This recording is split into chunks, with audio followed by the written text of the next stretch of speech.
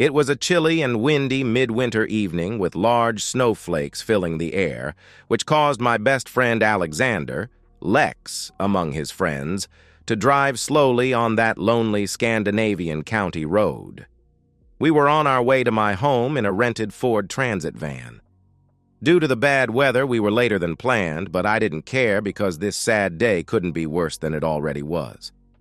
All lights in my house were switched off, but, as expected, a black BMW, covered by several centimeters of newly fallen snow, stood parked on my driveway. Had I not fixed the lock in my garage, the BMW would have been hidden inside there. Lex parked the Ford on the street so the BMW would have a free way out. Lex asked me, "Are you okay?" "I'm okay." Lex kept talking. "So far, it seems to be exactly as you feared. Do you still want to go on as you've planned?" "I do," I replied. I think Lex was a bit unsure about me because he asked, "Okay, I'm with you, but stay cool. For heaven's sake, don't go too far." "No, I'll only do what I have to do," I replied. We went to the house. I unlocked and opened the front door, and we went in. Lex took up his digital camera. I waited while he made it ready, and then he followed me to the master bedroom. No reaction from the room when I slowly opened the door. Then I switched on the light and rushed to the bed, dragged off the comforter, and just as expected, we saw two naked people sleeping there.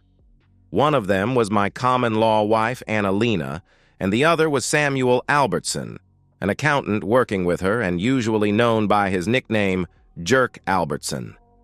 Annalena began screaming when I dragged Albertson off the bed and hit him hard several times in his belly with my right fist before giving him a hard kick between his legs so he fell to the floor. With a hard kick to his back, I ordered him to rise up from the floor. When he was up, I dragged him to the front door, where a new hard kick to his naked back sent him flying into the snow. Lex took pictures as fast as the flash on the camera allowed him to do. Back in the bedroom, I shouted to Annalena, "The damn jerk out there needs his clothes!"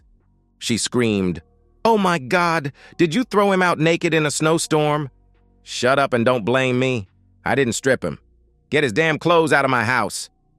She collected his clothes and left the bedroom. I think she put on a coat and her boots in the hall before she went out to him, and a few minutes later, we heard him drive away. When Annalena was back in the house, I told her I didn't want any excuses or explanations, because the only thing that remained for her to do in this house was to get dressed, pack her belongings, and get out. But the only thing she could do for the time being was to sit down in a kitchen chair and cry loudly. After a while, she dressed, rang for a taxi, and left. Lex went for the Ford, and we took in the cardboard boxes to the house, and he and I began to pack Annalena's clothes and other personal belongings in the boxes. In the morning, we loaded the boxes and her new TV into the van, and I took it to her parents' house. Nobody opened the entrance door when we rang the bell, so we piled the cardboard boxes and the TV against the house. While looking at the windows, both Lex and I was sure we saw somebody watching us behind the curtains. Annalena's driving license was canceled for speeding, and as I owned her car, we let it remain in the garage. Back at the house, we changed all the locks before we left for the next town, which was Lex's current hometown, where he had rented the Ford Transit. After a short stop at his home, we went skiing for a week in the mountains where our two friends already were waiting for us in a rented cabin. I'm Michael Hagan, a 32-years-old owner of a small but rather profitable small factory, specializing in making patented high-quality steel clips sold to customers in 14 countries. It was my uncle who invented and built the automatic multi-operation machine, the only one of its kind, which makes them. When he retired, he sold it to me for a fair price. A single mother working half-time and I were the only employees. Once again, I had had a crushed relationship. I sent Annalena a text message and suggested we meet to share some other things in our home when I got back from my vacation. Lex, me, and the two other friends, whom we joined on our vacation, used to be lucky with horses. We put some money on V75 every week, and so far we have gone plus every year. V75 is a very popular and very big weekly horse game. The simple rule is to pick out the winners in 7 trotting races. 7 winners in a bet can give anything between 100 and 20,000, equal to the US dollars, depending on the number of unexpected high-odds winners in the races, and far fewer prizes for bets with 6 and 5 winners.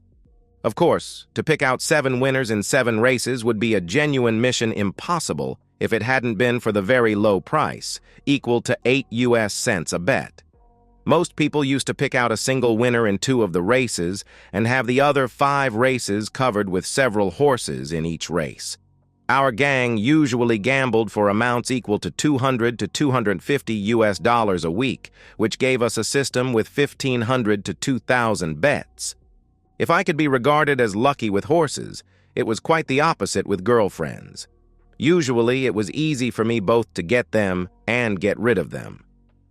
Sana, the girl before Annalena, was a real beauty, tall, slim, and naturally blonde, but unfortunately, she fit into the description stupid blonde.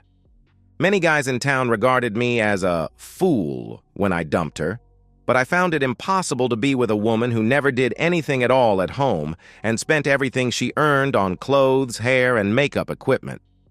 Though I got some money from V75 and took a fair salary from my company, which gave me a good living for an average guy, I was too poor to afford an expensive trophy girl like Sana, especially after her interest in intimacy began to be limited to quickies. We parted without quarrel, and she almost immediately met a wealthier guy who was happy with a new trophy girlfriend. I met Annalena, who was quite different and in many ways a dream girl during our first 4 years together until her company hired jerk Albertson as their new accountant. Albertson is a funny guy in many strange ways. He is the most clever and best-paid tax expert and accountant in this small town. Living a good life with a lovely, beautiful wife, 2 nice small kids, and one of the nicest houses in town. He got into serious problems when his wife at last caught him cheating. She kept him sweating for some time before she forgave him after counseling and his promises never to do it again. To keep some pressure on him, she demanded, and he agreed to give her their expensive house as her private property. Albertson kept his promises and was faithful for almost a year before he was caught again. Now she kicked him out and filed for divorce. After sharing their stocks and bank accounts and losing the expensive house, Albertson moved in with his mother in her big house. Though he had several discreet affairs while married, now he forgot all scruples. He sold his family car and bought an expensive BMW as a real extender. In this country, we have a national car register with 3 randomly chosen characters and 3 digits on the plates. Albertson's BMW had a plate that began with AHA. The rumors go that the first time Albertson came to the golf club with his new BMW and began bragging about the car, one of the present members said, "If you're taking that damn extender to Scotland during your next golf trip there, the Scots will be convinced that AHA stands for asshole Albertson." After some laughter, one of the other golfers, who obviously didn't like Albertson, said, "It means exactly the same thing here too. Like we use English words such as swing, hook, green, birdie, eagle, hole-in-one, and several others in golf, Albertson's new English nickname was accepted without any problem among the golfers. From that moment, many club members began to call him for A-hole Albertson, probably because he had caused a very sad divorce for a nice couple at the club, and his habits of using his wealth and social talents for seducing and having other men's wives and girlfriends. Rather soon, his new nickname spread all over the town. Albertson didn't like me very much since I had refused to vote for him as chairman of our marina club, which had left him yelling at me about paying back with interest. Obviously, he saw his possibility of getting 2 flies in 1 hit when the old accountant at Annalena's work retired and Albertson was hired to replace him.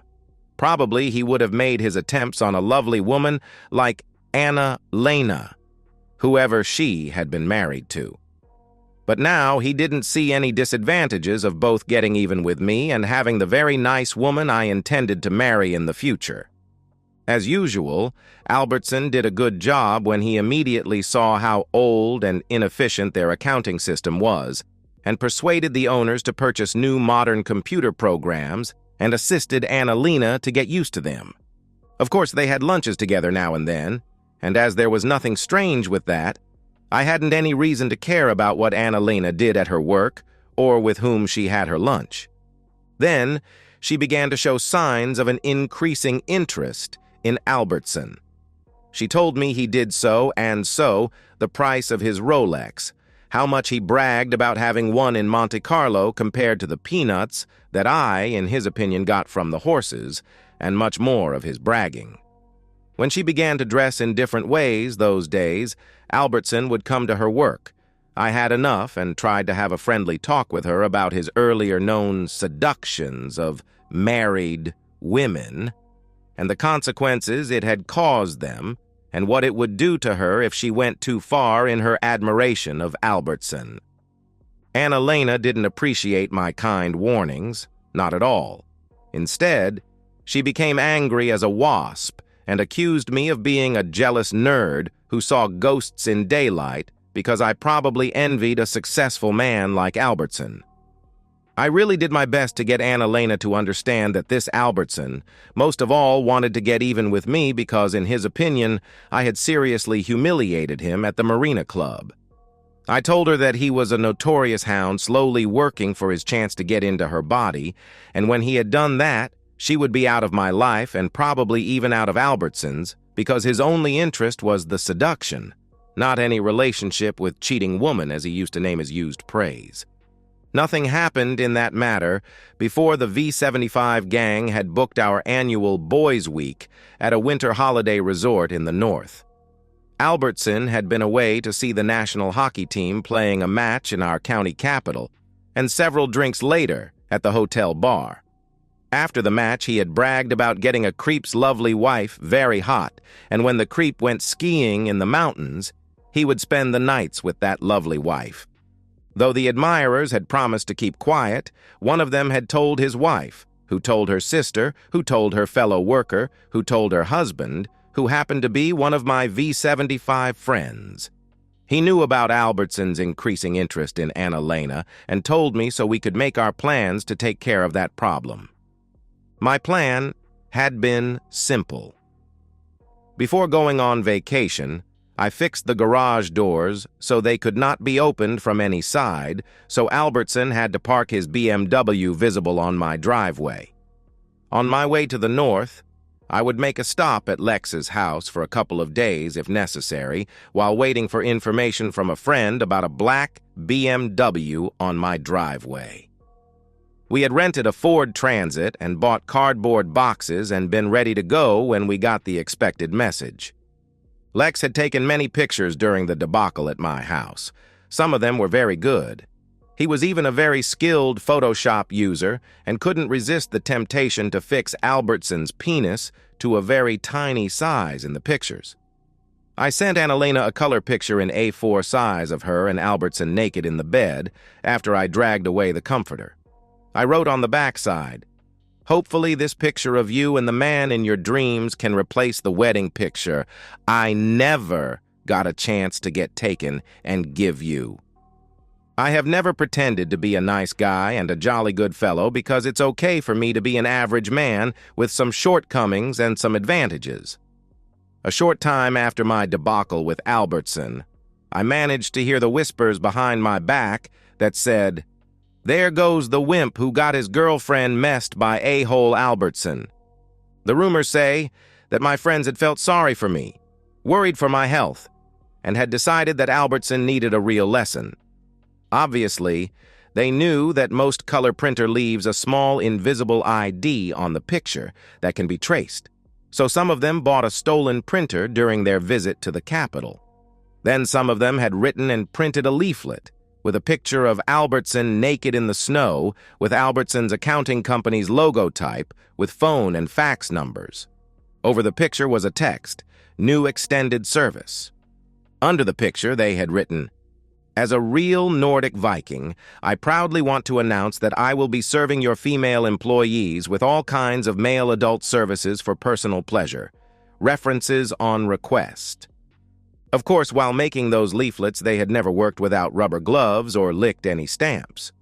When the printing was ready, the USB drive and the printer were to be dumped in one of the old water-filled deep mining pits in the forest. Exactly as the authors had planned, the leaflet caused the expected attention and consequences. Albertson went to the police and accused me. His lawyer sued me for libeling Albertson, and I sued Albertson for accusing me. Both Annalena and her father rang me. She only cried, and he threatened to beat me. Several of my friends and even several of my customers accused me of spreading it. Though I denied all knowledge of that leaflet, even one of my best friends told me I had gone too far in my vendetta with Albertson and canceled our monthly chess games.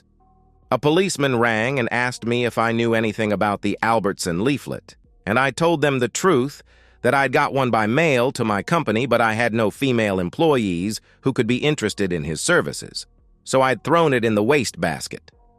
The rumors in town said that Albertson had been furious and thrown things at his office when he had got a letter from the police that had said, "Your cause is removed from the cause list because any conclusive evidence of crime is not found." He complained to the Parliamentary Commissioner for the Judiciary and Civil Administration, who only replied with a short standard letter that no valid reason for a complaint was found. Once again, Albertson had been loudly screaming and swearing about our legal system. The gossip said that Albertson had sworn to pay back with interest, so I had hired a security company to keep an eye on my properties, and one of their night patrols had succeeded in catching a man throwing a stone in a window. That fits me perfectly, because the man was one of Albertson's employees. Then Annalena found out that she was pregnant and decided to keep the baby, probably in some kind of hope that I would take her back. I didn't, and refused to sign any papers or pay anything at all before a DNA test. When the authorities tried to push me into agreeing to be the father, I told them they better ask Albertson, who had intercourse with her after me. While my vengeance with Albertson went on as planned, I wasn't very successful with women for the time being. At the age of 32, the number of available single women of the right ages was a bit limited in my small Scandinavian town. The main disadvantage in a small town is that everyone knows everybody and their backgrounds. It is not funny to be together with a girl when knowing all about her background and if she's been an easy lay in her younger days. I did, like many others, try my luck on the web. My first 3 dates were real fiascos in different ways. The worst one was 38 but had used a photo that was at least 10 years old.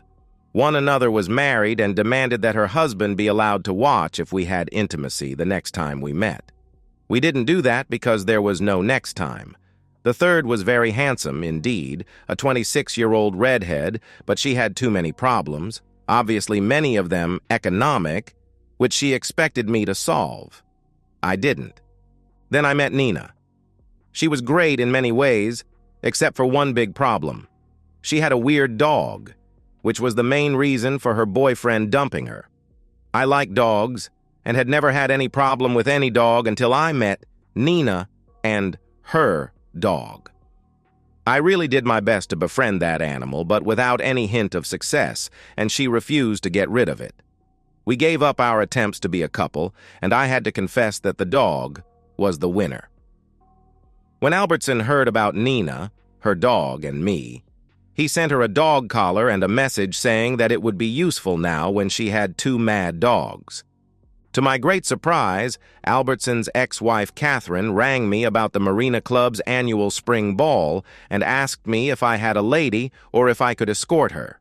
A membership in the Marina Club is both more difficult to get and more expensive than a membership in the local golf club. The simple reason is that there are no exact limits for the number of members in a golf club. But in the Marina Club, the number of members was limited to the number of spaces for their boats. During a short meeting, Albertson's ex and I agreed to go together to the ball, but without any further intentions. The simple reason why I once had not voted for Albertson as chairman was that before he was elected, he had accepted bribes for giving memberships to some of his cohorts, though the waiting list for a membership was several years. Exactly as expected, the ball was a great event, with many photos in our local newspaper. One big color photo of Catherine and me outside the ballroom caused much gossip in town. Albertson wasn't looking very happy when he found out whom I was escorting. One sunny day, something happened that gave us local single men a great challenge. Erica Peterson, a very beautiful, easygoing 28-year-old nurse who had been living in the country capital since she went to the nurse school 10 years ago, had gotten a job, met her husband, and settled down there. Her happiness had lasted until the day when she had forgotten something at home and went there and found her husband with his 22-year-old secretary in their marital bed. She divorced him, and now she was back in our town again with her 2-year-old son. Her brother and I had been classmates at the school, so I knew him rather well, and when Erica and her brother met me at the supermarket's cafeteria, we had a pleasant small talk. Erica's brother joked that we two divorcees ought to have a date. I replied that it was a good idea and suggested to Erica that on Saturday we take a trip to a big zoo park together with her little boy. She told me that she was busy elsewhere that weekend, but would be happy to go with me next Saturday. We even decided to meet on Wednesday evening to talk about the trip. I really looked forward to meeting Erica, and we met at a cafe, just as we had agreed. Everything was fine until she told me what she had done during the last weekend. She had seen a musical in our capital, had dinner at one of the best restaurants there, and spent the night at Sheraton. I asked, "Who was the happy guy?" She replied, "Samuel Albertson. Is he a friend of yours?" What could I say? Of all available single men, she had chosen to date the worst creep, Albertson, who had really done his best to impress on her. The musical had been sold out for many months, so the tickets must cost him a fortune on the black market. Though my own date now sounded like a cheap budget alternative compared to his, I decided to continue my own race as planned and not care about Albertson. So I replied, "I know him rather well, but wouldn't be honest if I called him a friend." She didn't ask me more about him, and I doubted it would be of any advantage for me to say anything negative about him at that moment. Instead, we talked about our trip. Both Erica and her son, Elliot, were in a good mood on Saturday morning when I did catch them at her parents' house. Erica must have told him about the animals because he talked a lot about them during the drive to the zoo park. During our walk around the park, we had a coffee break at a cafe where we got a table next to a couple with a boy the same age as Elliot, and they began to play and had fun together.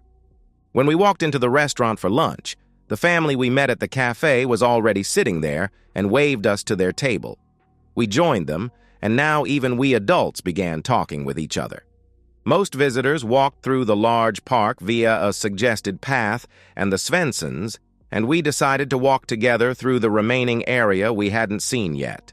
The small boys had fun together.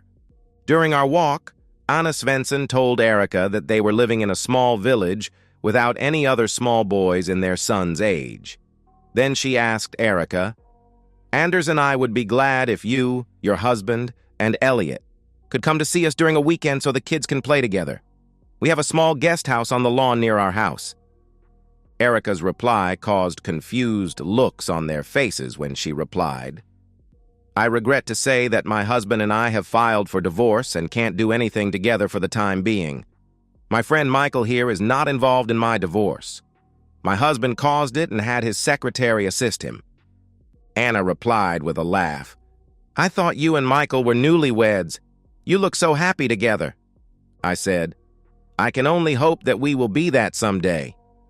Anders said, "I'm sure Erica won't say no thanks to a nice guy like you. What about the weekend Anna suggested?"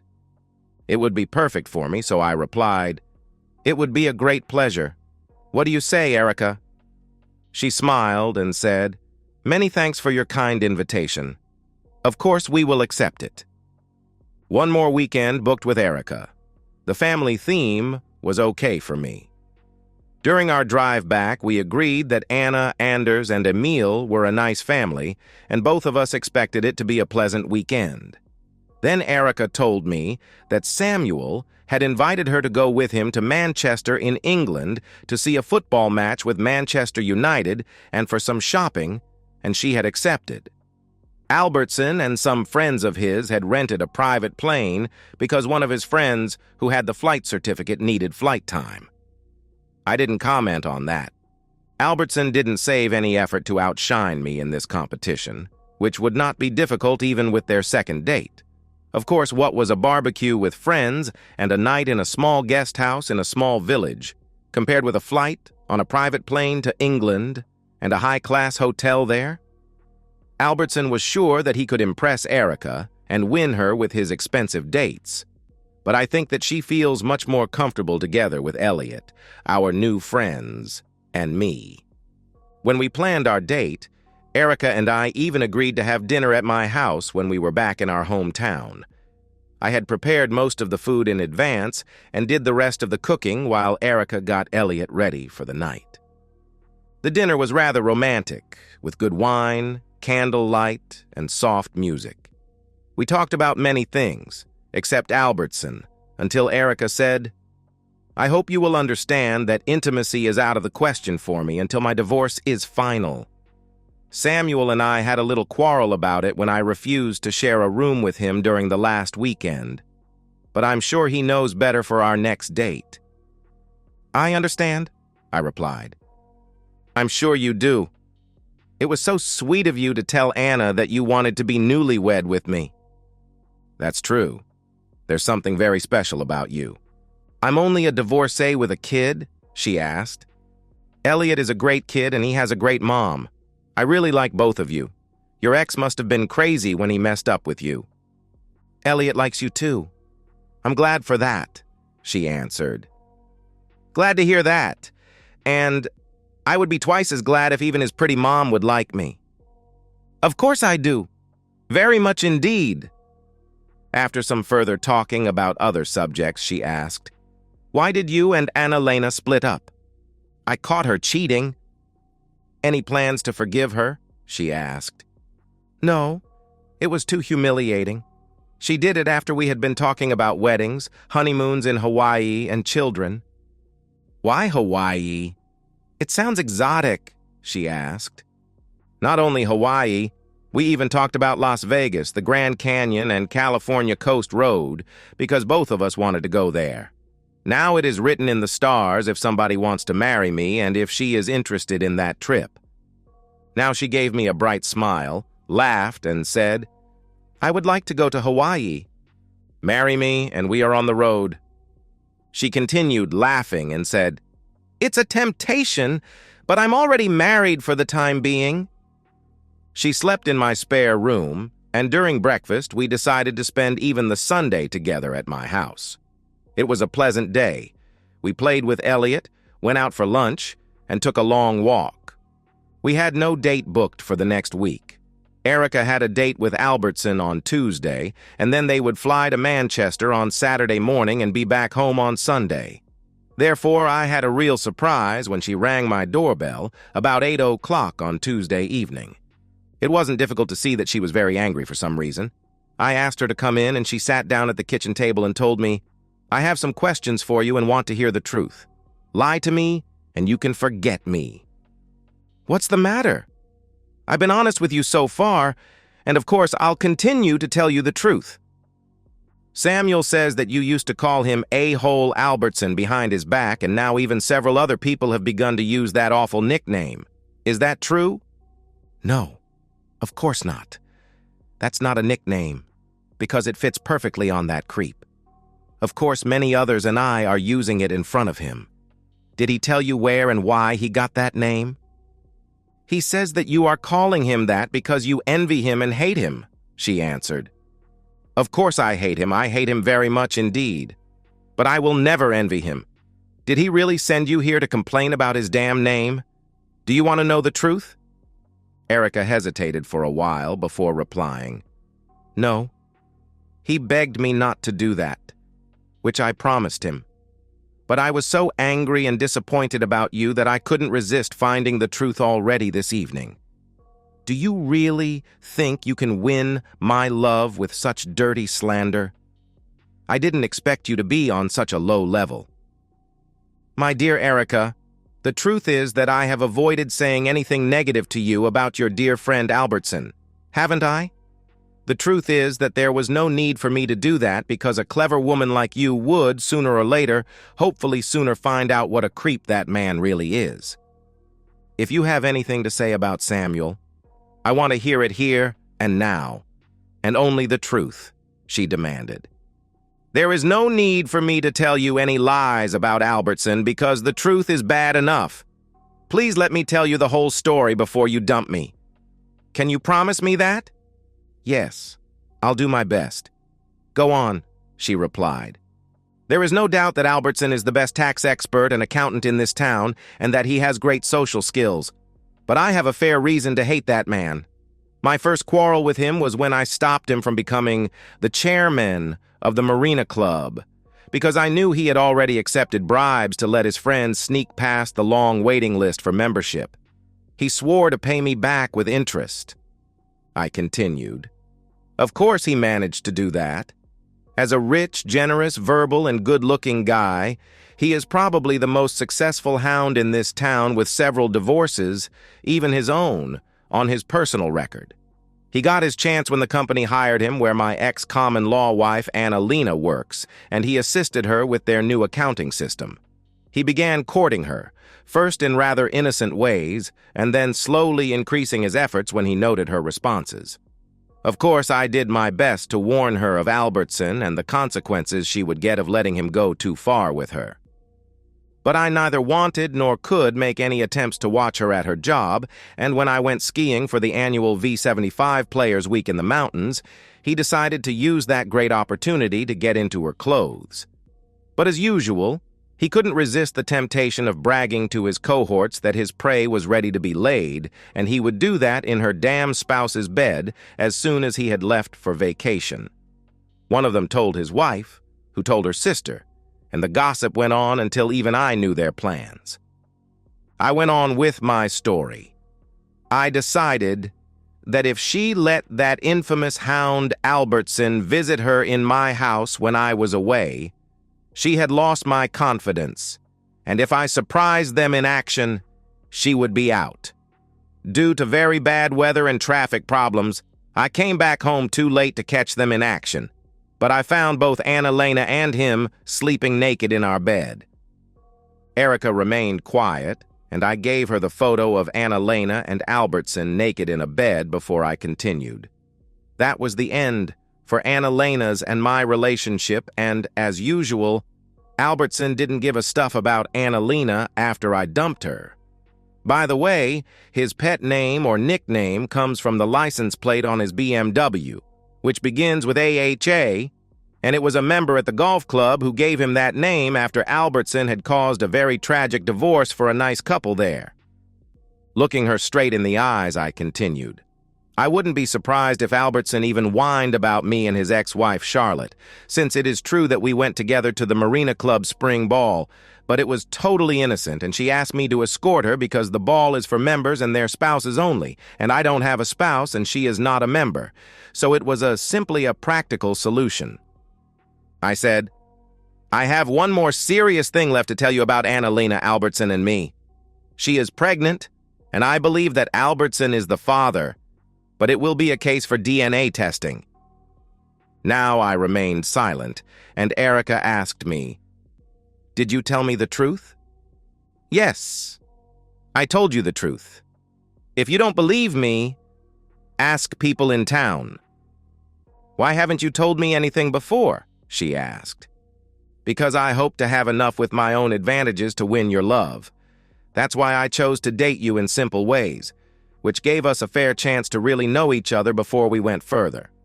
Albertson preferred to date you in a different manner, and it is up to you to decide whom you prefer over the other, or if you don't like any of us after what I told you. I can tell you that I had much more fun during the date with you. and I really look forward to the family weekend with Anna and Anders." "So, I'm not dumped yet?"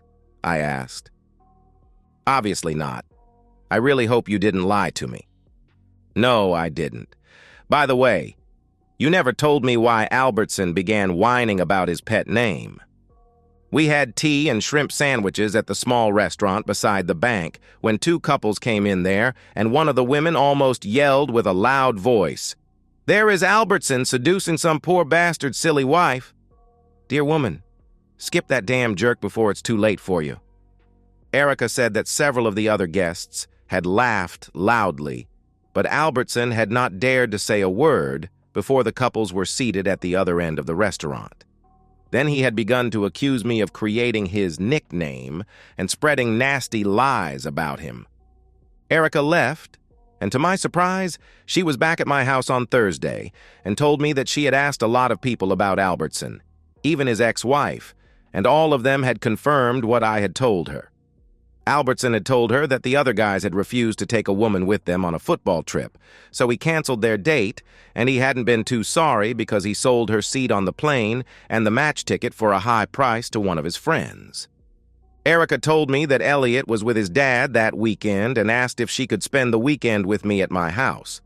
Of course, I agreed, and even offered to take her to a nice hotel somewhere, but Erica said she preferred a lazy weekend at home. After a very romantic dinner on Friday evening, we ended up necking. I got in the mood and noted that even she was hot. Very hot indeed. But she whispered in my ear that she intended to let the intimacy wait until she was divorced. During all my adult life, I have always remembered what an old man said to me when I was a boy. "Everything is possible if you try damn hard." I did my very best to keep her hot, and after a long, intensive kiss, I whispered in her ear, "I love you, and I'm dreaming about being your husband. But it's fair that we'll have some practice before our wedding night, so everything will be perfect then." Erica's reply took me with total surprise when she whispered, "I must agree to that." Thereafter, it was only a question of a few seconds before both of us were naked in my new bed. Of course, we didn't need any practice because the intimacy was great from the very beginning. I was convinced, without any doubt, that it was some of the very best love I ever had taken any part of. Even Erica must have felt the same, because she was totally wild, and as she was back to normal breathing, she said, "You must marry me. You must do that. Promise me that." "Do you?" I proposed, and she said, "Yes." I was suspicious about how easily I had won against Albertson, but expected him to keep a low profile until he sooner or later found some excuse to try again with increasing courting of Erica if we became a couple. Then I found the real reasons why Albertson gave up the competition about Erica. Her ex had been promoted to a real top job and wanted her back as one of the leading ladies in our county. No doubt that Albertson expected to get a good laugh at my expense when she left me, especially now after he had managed to get a new gorgeous girlfriend, a lawyer who would work 1 year at the local law firm. She could be described as 9 points of 10 available. However, Erica, Elliot, and I had a very pleasant weekend together with Anna, Anders, and their son, Emil. Erica and I even got in some quickies while Elliot slept. The next week was a difficult time for me, because Erica was going to see her ex during the weekend and discuss the possibilities of canceling the ongoing divorce and going on with their marriage and giving Elliot a fair chance to grow up with both of his real parents.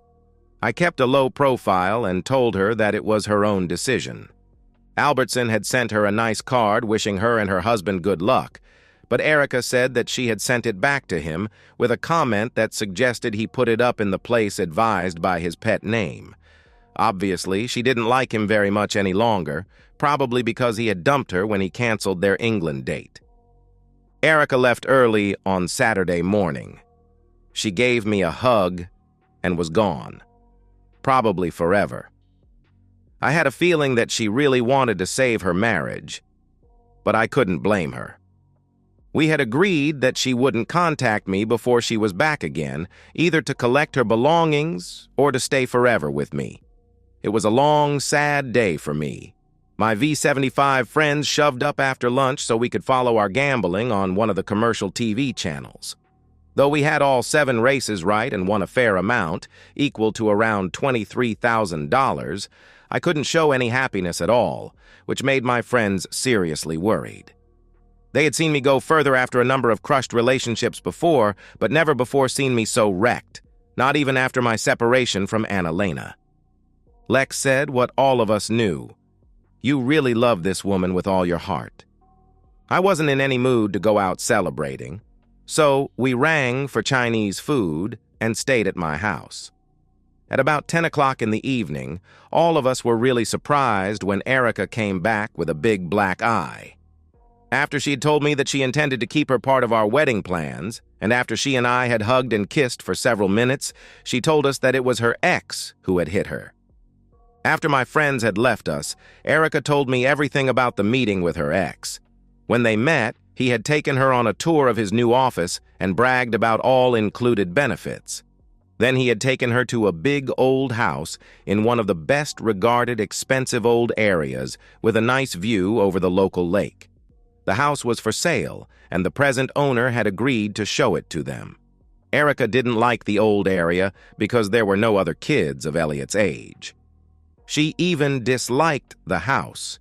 It was too big for their needs, and even in need of much maintenance.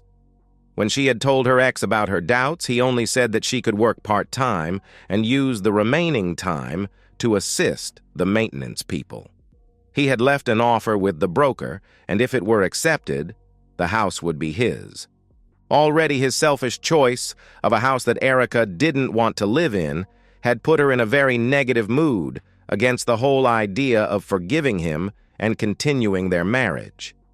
When she asked him about the price and monthly expenses for it, he had told her that it wouldn't cost her anything at all because he intended to keep it as a private investment. After the house tour, the ex had told her about his plans for the evening. He had rented a room and booked a dinner at the best hotel in town and suggested they go to the room for some rest before dinner. Erica had refused to do that and told him that she had an appointment with a friend. She hadn't, but now she knew for sure that she didn't love him any longer and had no interest in any hotel room intimacy before the dinner with him. When they met for dinner, he had immediately asked her if she had met a new man. She said, "Yes, I have, and today I have been convinced that he is my love, and there is no possibility to repair our marriage because you and I have drifted too far apart. Let's be happy for all the good times we had together, part as friends, and go forward in our new lives." He hadn't agreed. Obviously, he had been drinking too much before the dinner, and now he showed his very bad temper and began to call her names in a loud voice. When she had left the table, he had followed her to the parking lot where he hit her, but was interrupted by a man who had seen it and rushed to her assistance. Erica, Elliot, and I had a good family life in my house. Her ex must have regretted his bad behavior very much because he gave her a fair settlement for their divorce and offered to let me adopt Elliot. Erica and he agreed about their divorce, and then Erica, he, and I met, and all 3 of us agreed that Erica and Elliot living as a family with me would be the best solution for Elliot. Erica, Elliot, and I were living together as a happy family. Albertson hadn't bothered us with any tricks since he met his handsome lawyer girlfriend. We had a typical small-town life until Annalena gave birth to her baby boy. I refused to sign any papers, and the DNA gave me the proof that I wasn't the father. Then we got a great surprise when rumors of Albertson's DNA test got out in town. The baby wasn't his. After a while, the social welfare authorities got Annalena to confess a short affair with a married fellow worker, whose wife took their 2 children and immediately left him. To my great surprise, Albertson's lawyer girlfriend invited me to lunch. She was a really classy and bright-minded lady. After some polite small talk, she went straight to her errand and told me that she had canceled Albertson's case against me, so it was up to me if I would drop my case against him, which I promised her to do. Though she didn't expect Albertson and me to be friends, she wanted us to behave like adults and forget our silly vendetta. In her opinion, I had gotten a fair revenge when Albertson had let me win the competition about Erica. I told her, he aimed higher, and I can hardly believe he feels like a loser. She smiled and said, "Do you envy Samuel and want to change Erica for me?" I replied with a smile, "I admire you, but must say, no thanks because I really love Erica." She promised me that Albertson would keep his mouth shut about Annalena's baby. I had to agree with her that in some strange way, he had done me a favor when Annalena's earlier cheating was brought out to my knowledge. We parted with a hug, and it was a great benefit for all of us to have put a stop to the vendetta between Albertson and me. During a vacation at the Spanish island Gran Canaria, together with our very good friends, the Svensson family, whom we met during our first date at the zoo, Erica and I married at the Scandinavian church in San Agustin. After a number of failures, I had gotten a loving wife. And so, we've reached the end of today's story. Was it what you expected, or did it take a twist you didn't see coming? I'm curious to hear your thoughts. Share them in the comments below, and let's get a conversation going. If this story kept you hooked, make sure to hit that like button. And if you're new here or just haven't subscribed yet, now's the perfect time to join our community. I bring you fresh, captivating stories every day, so click that subscribe button and turn on notifications so you never miss out. Thanks for watching, and I'll see you in the next one.